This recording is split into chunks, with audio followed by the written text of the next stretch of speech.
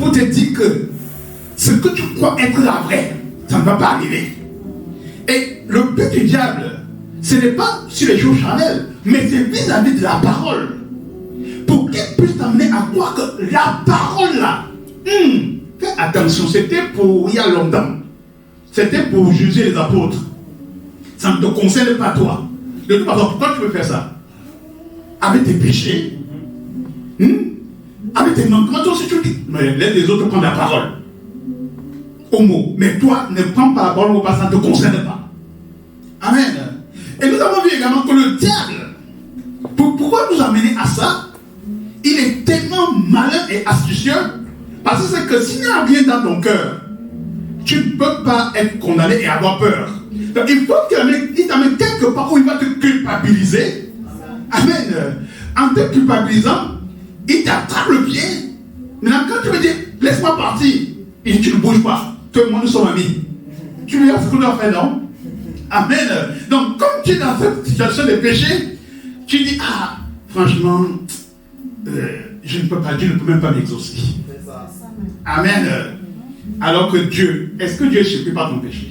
Non. Dieu ne surprit pas tes manquements? Non. Non. Dieu savait que tu seras ça, que tu arriveras à ça. Et si tu as permis que tu arrives à ça, c'est pour te donner une leçon afin que tu te confies en lui. Amen.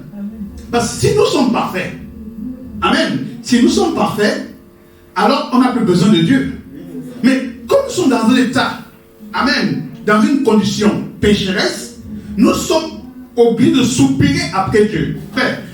Frère madame, vraiment, je suivais encore sa prière ce matin. J'ai dit, ah, le prophète.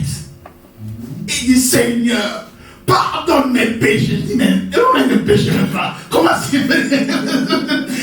L'humilité.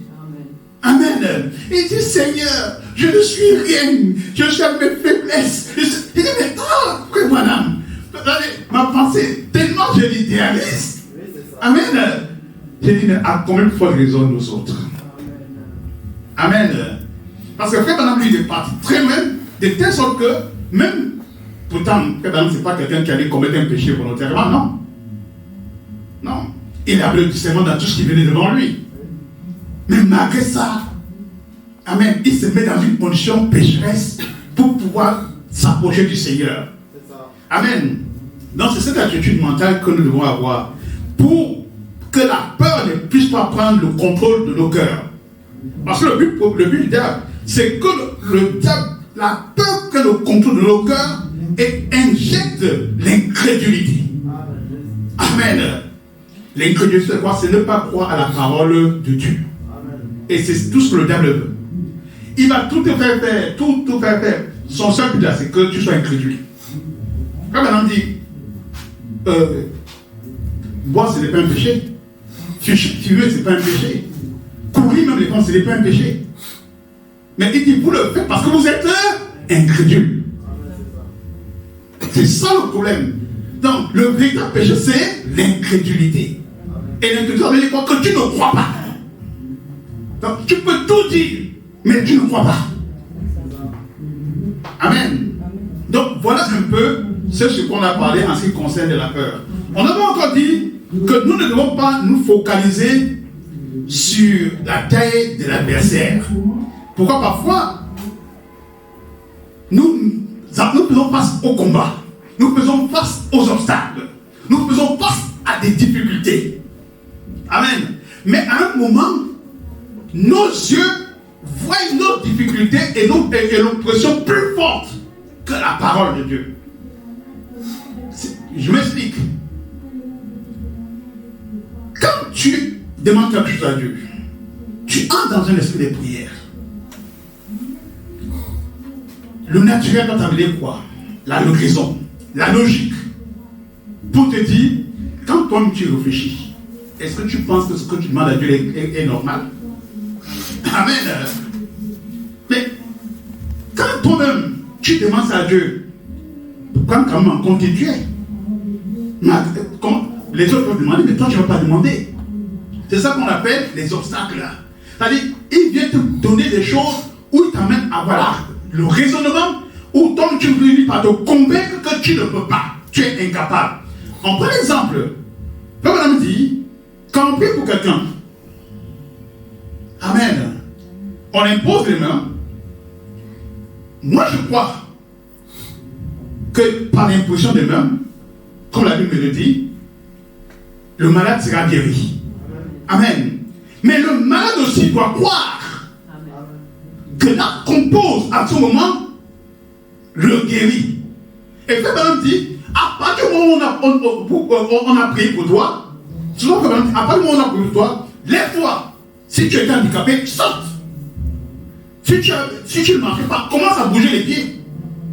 Pourquoi? Parce que il y a une bataille qui est engagée. Ce que tu viens de confesser est l'action qui a été posée. Maintenant, tu dois réussir à transcender cela pour que la vie de ta confession prenne forme en toi et que maintenant la guérison soit rendue manifeste. Parce que si ça ne descend pas dans ton âme et que ton âme n'est pas convaincue de la prière ou de la parole, de la promesse de Dieu à ton endroit, tu ne bougeras pas. Voilà où nous nous sortons devant les obstacles et nous sommes défaillants. Voilà où nous avons nos défaites. Pourquoi? Parce que nous ne prenons pas assez Dieu au mot. Amen. Donc nous devons être comme Josué et Caleb. Nous devons être comme Josué et Caleb. Cela implique quoi? Une foi parfaite, par un message parfait, envoyé par un Dieu parfait. Voilà ce à quoi nous avons chevauché, ce que nous avons chevauché la semaine dernière. Et le temps étant avancé, nous ne pouvons pas entrer dans le commentaire. Nous allons juste, je fais juste un rappel, afin que cela soit élevé en nous. Mais dimanche prochain, nous entrons en plein dedans pour pouvoir démanteler les forteresses de Satan et rétablir la foi parfaite dans nos cœurs. Amen. Que Dieu vous bénisse. Donc, nous rendons grâce à Dieu pour ces moments. Donc, sans plus tarder, nous allons simplement incliner la tête pour prier et remettre tout ce que nous avons eu au niveau de notre conseil. Que Dieu nous demande à Dieu de nous aider, parce que nous voulons une chose, c'est nous améliorer constamment. Amen. Je voudrais que ma prière en allant là-bas maintenant, c'est que je veux vraiment aller encore plus loin avec Dieu. Je dis, Seigneur, là-bas, ça sera ton tabernacle. Alors je veux vraiment aller plus profondément avec toi. Amen. Une véritable expérience totale. Je veux être comme Josué. Amen. Cette foi parfaite et inébranlable. Amen. Donc nous aurons un endroit qui nous a donné où nous pourrons amener le diable à reculer ses barrières. Amen. Comme on dit, nous devons arriver à tester notre foi contre la puissance de Satan. Alléluia. Voilà ce que nous voulons. Prions les frères et sœurs. Bien-aimé Père Céleste, qui es sur la terre, nous voulons te dire merci pour le temps imparti en ce lieu, Seigneur. Toi seul connaissais ce jour, alors que nous arrivions ici et que nous ne l'avons même pas projeté. Toi seul connaissais à quel moment tu voulais, Seigneur, que nous puissions changer les dispensations. Et ce matin, Seigneur, tu as permis, oh Dieu, que nous puissions nous approcher de toi. Déjà au travail du conseil d'église, Seigneur, afin que, Père, nous puissions changer les dispensations. Nous puissions amener l'église à maturation. Peut-être, Seigneur, nous n'avons pas assez insisté sur certains points fondamentaux. Et ce matin, Seigneur, tu veux que, Père, nous puissions faire table rase et repartir sur une nouvelle dispensation. Nous voulons te dire merci pour ta présence, Seigneur. Merci pour ce moment, oh Dieu, l'exhortation, ce moment de conseil, d'échange fraternel, Seigneur, sous la conduite de ton Saint-Esprit. Merci pour l'atmosphère, Seigneur. Alors que, Père, nous voulons nous préparer, ô Dieu, pour partir de ce lieu. Comme de ton serviteur, Seigneur, bénis ces gens qui nous ont accueillis ici pendant un temps. Seigneur, ils nous ont accordé l'hospitalité. C'est pourquoi nous prononçons une parole de bénédiction à leur retour. Père Dieu de grâce, laisse que maintenant, Père, le déménagement qui va suivre, que tu puisses descendre, prends le contrôle, préserve-nous des accidents, préserve-nous des blessures, préserve-nous de ce qui peut porter atteinte à nos vies, Seigneur. Nous te confions le reste de la journée, Seigneur. Sois élevé, magnifié, célébré. Et bénis, Seigneur, cette exhortation que tu as mis dans notre cœur ce matin, au travers de ces courts messages, avec ta parole. Oh Dieu, laisse que, Père, tu puisses simplement permettre que le Saint-Esprit à nous puisse continuer à nous enseigner. Prends le contrôle de choses, Seigneur, et glorifie-toi, car nous demandons humblement, dans le merveilleux de nous, Saint-Sauveur, que tu as humblement demandé. Amen. Que Dieu bénisse, je m'appelle le frère Ernest, ici, que lui conduire à nous allons prier pour les offrandes. Dieu de gloire, nous te bénissons, nous te rendons grâce. Merci pour ton service de ce matin. Seigneur, nous quittons ce lieu définitivement. Oh Dieu, nous te prions seulement de nous garder pour la suite. Seigneur, garde-nous, Seigneur, comme tu nous as gardés ici. Oh Dieu de gloire, que tu nous protèges pour le reste du voyage. Sois devant, Seigneur. Seigneur éternel, garde-nous, garde tes enfants, garde aussi le pasteur, garde les frères, les sœurs. Seigneur, voici le terme de ce service. Nous prions, Seigneur, pour les offrandes, Seigneur, qui vont être récoltées, Seigneur. Nous prions afin que tu puisses bénir chacun de tes enfants qui ont apporté quelque chose.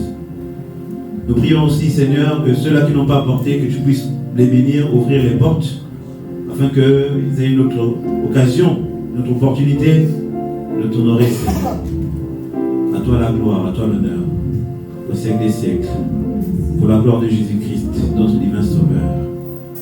Nous avons ici prié devant avec foi. Amen. J'ai soif de ta présence, divin chef de ma foi, dans ma faiblesse immense, que ferais-je sans toi? Chaque jour à chaque heure où j'ai besoin de toi, oh viens Jésus et demeure auprès. Oh oui, chaque jour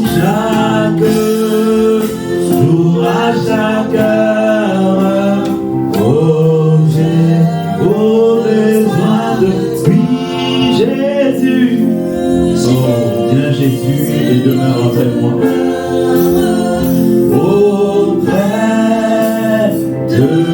des ennemis dans l'ombre, des ennemis dans l'ombre, autour de moi, accablé par le nombre, que ferais-je sans toi? Chaque jour à chaque heure,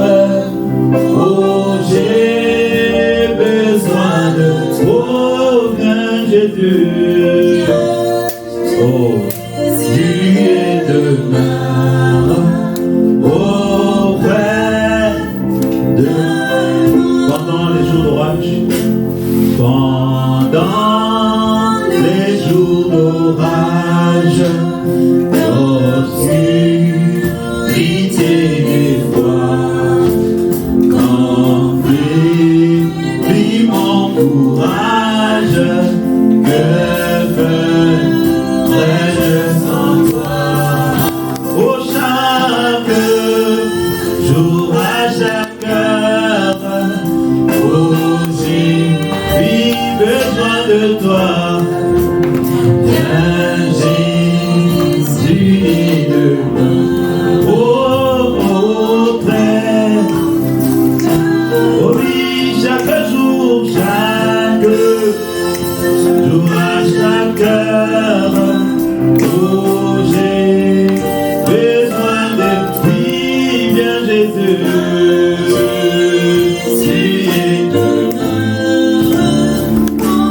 Ta présence, c'est la vie et la paix. Oh Jésus, ta présence, c'est la vie et la paix. La paix dans la souffrance et la vie à jamais. Chaque jour, à chaque heure, oh, j'ai Jésus besoin de oh, viens, viens, viens, Jésus est venu auprès de nous.